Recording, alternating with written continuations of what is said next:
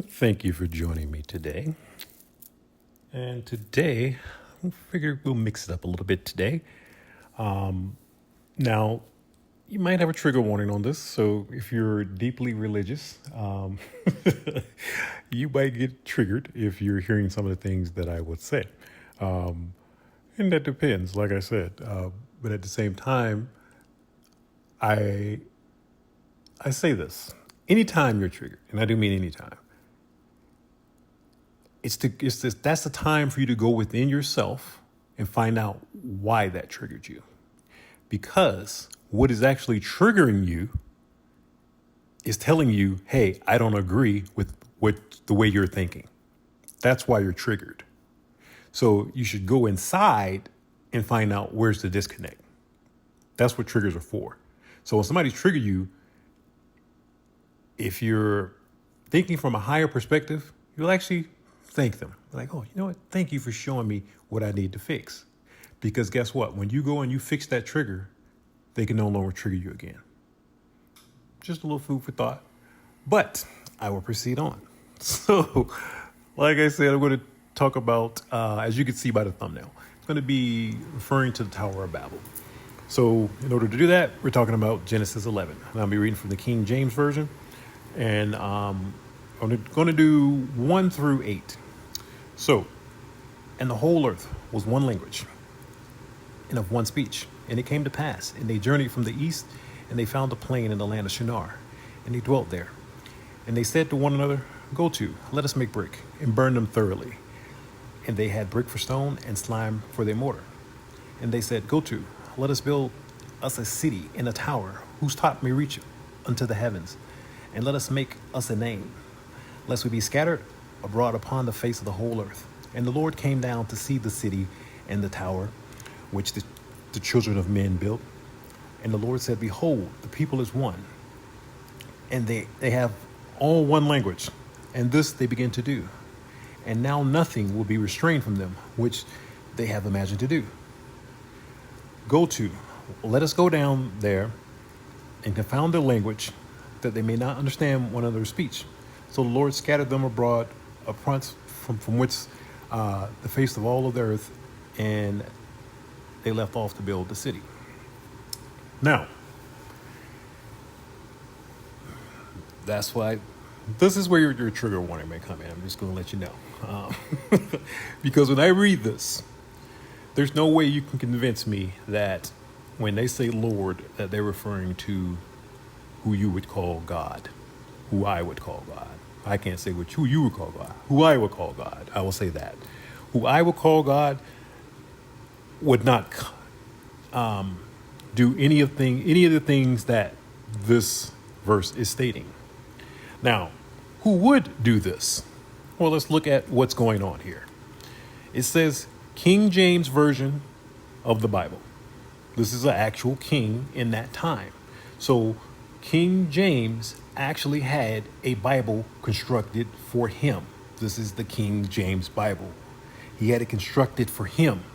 So with it being constructed for him, in that time frame, you're talking about the kings, they ruled the land. So, and they ruled by that of the Bible. So everything that he wants to rule, of course, is going to be reflected in the Bible.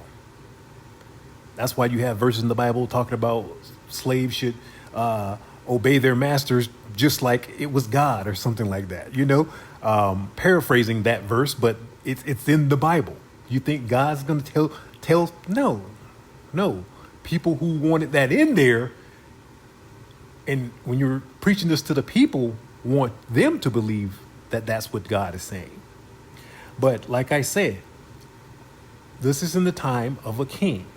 So when I read this and it says Lord, there were lords in that time frame. Lords. And who were the lords? The lords were in charge of, because think about it, you're the king, so you can't be scattered all over the land conducting business. So that's why they had lords.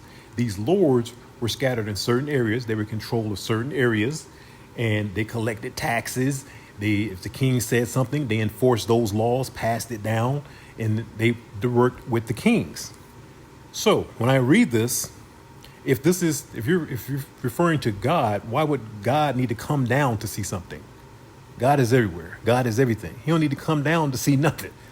He knows all. He sees all. So he ain't got to come down to see anything, for one.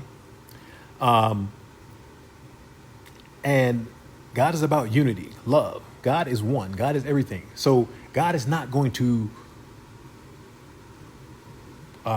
push for separation and division. No, that's the exact opposite of what is wanted. Exact opposite. So when it said, let us go down there and confound their language, it's telling you right there what the whole game plan is. Who would do that? A Lord in that time. So when I read this, I'm hearing this. What I'm hearing is the king said, you know what, man, look what they got going on down there. These people, this is in your land. What's going on? You don't know how to control your land? Oh, I got you, king. Let me go down here. What I'm gonna do, I'm gonna go down here. I'm gonna scatter these people around, right? I'm gonna put some over here. I'm gonna put some over there. I'm gonna put some over there. Give them a couple languages. We're gonna give them some religion. We're gonna give them some political beliefs. We're gonna do all these different things. And now the people are fighting amongst each other. And ever since this time, it's been the exact same thing. And then the world was created. This is how the world was created, right here, by getting the people to go against themselves. It tells you right there in it, when the people are together, there is nothing the people cannot do. Let's just say, I'm gonna break it down. Let's just say at this time frame, let's just throw out a number: 10,000 people. 10,000 people were on the earth at this time. All right, we're just throwing a low number, 10,000. So when they see 10,000 people working together to build this tower, look at this magnificent tower that they can build working together, all having one common goal. They build this beautiful tower. Man, what if they want to build their own little city? They can build their own little city. What if they want to build all kinds of different monuments all over the world? They can do that if they want to. Oh, we can't allow that. So that's why the separation occurs. Now look at today. The same thing. You have all these different political beliefs. Oh, if you voted for this person, I hate your guts. Oh, that's your team? Oh, you suck. Who you vote for? Oh, I'm Democrat. I'm Republic. I'm this. I'm that. This all these different things to breed separation.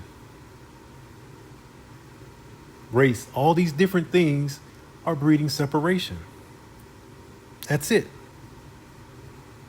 And as long as we fight with each other over these stupid things, those who created these things that create separation will continue to thrive. But the people will continue to suffer.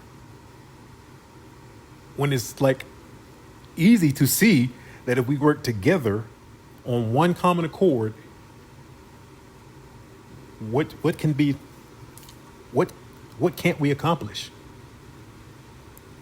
If I just threw out a number 10,000, whatever the number was, they worked together and built the tower. Now, imagine millions of people working together on one accord. Imagine that. Powerful, huh? You can barely get two people to work on the same accord right now nowadays. Everybody has an opinion on something. Everybody wants to be seen. Everybody wants to be heard. All this stuff it doesn't matter. We could think about it. If everybody was on one accord, let's just say we go back, just like the thumbnail said, we go back to Babel, right? So now the earth everybody's on one accord. If we as one, as a people, as one, said, you know what? There is no more poverty. You think there's going to be poverty on the earth? Absolutely not. There is no more ran down homes and people not having water. You think that's going to be a problem on earth? Of course not. But as long as we fight with each other, it will be. I just wanted to lay out a simple message, get the wheels spinning, because this is possible if we come together, work together. But if we stay separate and argue with each other on these stupid issues, we're going to continue to suffer. But why suffer when we can thrive as a whole world? There's nothing that we could not accomplish. Think about the advances in medicine, technology.